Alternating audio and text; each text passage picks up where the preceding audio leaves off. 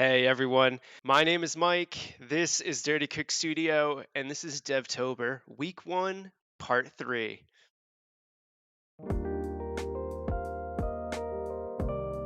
So today we are going to be working on creating a stats manager, which is going to be using the singleton pattern. The reason we want to do this is because we want to have all of the stats in one place so that all of the other scripts and objects can pull those stats out of that. We also want to use the singleton pattern because we do not want these stats to be repeatable.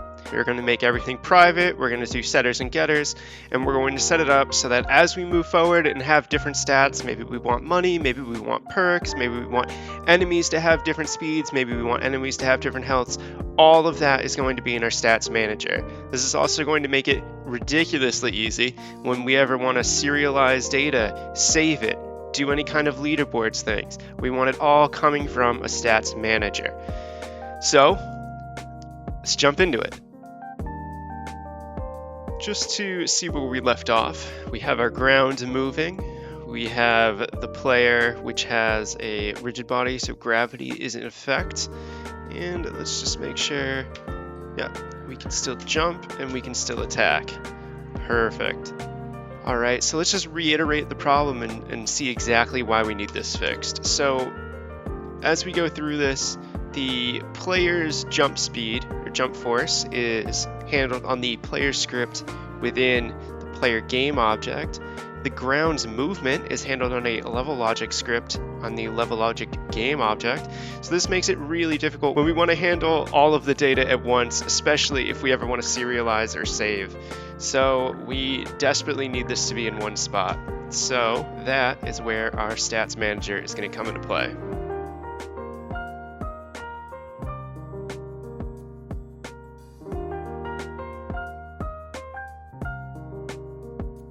So right off the bat, we don't need any of these, and we are not a mono behavior. Now there are a couple different ways to do this. Personally, I came from a Java background, so I learned the wrong way. So I've been doing some research.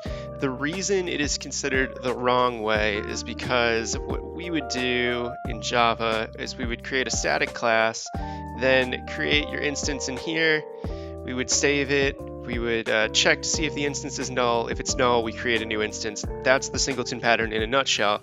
The problem with C# and with Unity is that there are multiple codes running out to see if there's an instance of Stat Manager. They could both run at the same time, they could both come back as null, and then they could both create new stats managers. That is absolutely not what we want, and that defeats the entire purpose of a singleton. So we've got to do it in a little bit of a different way that you may not have seen before, and that personally I'm not super used to, but it's going to work. I know it's going to work because everyone on the internet uses it, and if it's on the internet, it's true.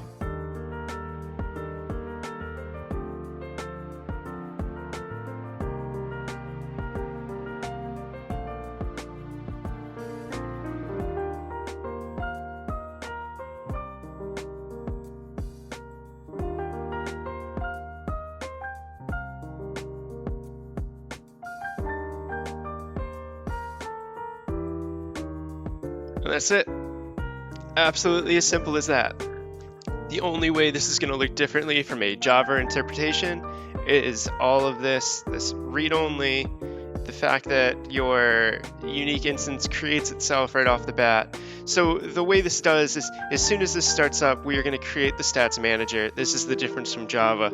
And then from there, the only thing we're going to do is we're going to get the stats manager. There is no option. So the way we're going to call this is, stats manager gets the unique instance. Simple as that. So let's test it out and see if it works.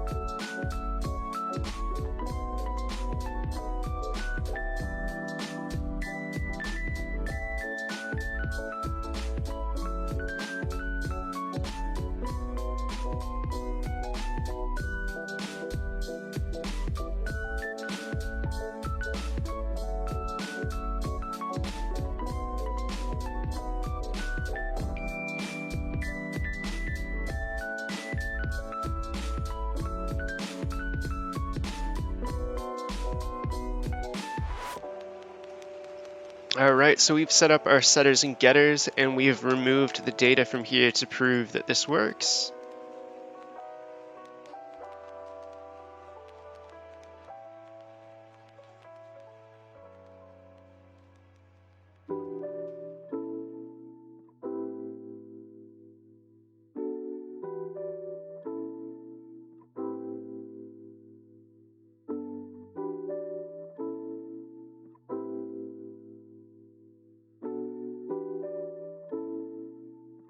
And we've also removed, just to show that as well, we've also removed jump force. So now if it's not receiving anything from the stats manager, then it will not do anything. So let's see it.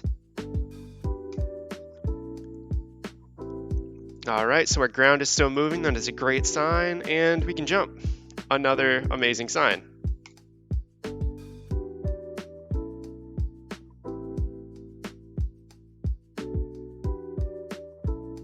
Perfect. So although this isn't the perfect way of how this should work, this is exactly how we want this to work in this instance, where everything is both coming and going to this stats manager. Just as a final test, the only thing I've changed is that I've added privates to here, even though I'm pretty sure default is private. But I'll just add it just because. The final test to make sure that this is working is that I'm going to set the player's jump speed from the ground speed.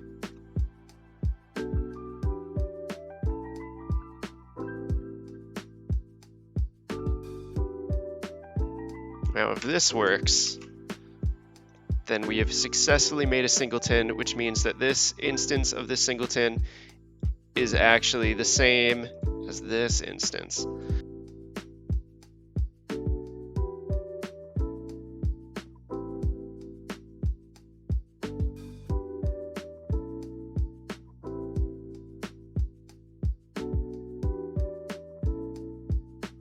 So that actually proves the exact situation and the exact problem of why we had to do it a different way from how you do it in Java. The start scripts are running at the same time, so ground ran before this get ran.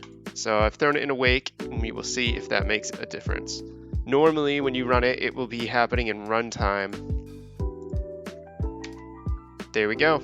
So although that is a little bit of an issue, that is a non-issue because that was just really for testing purposes.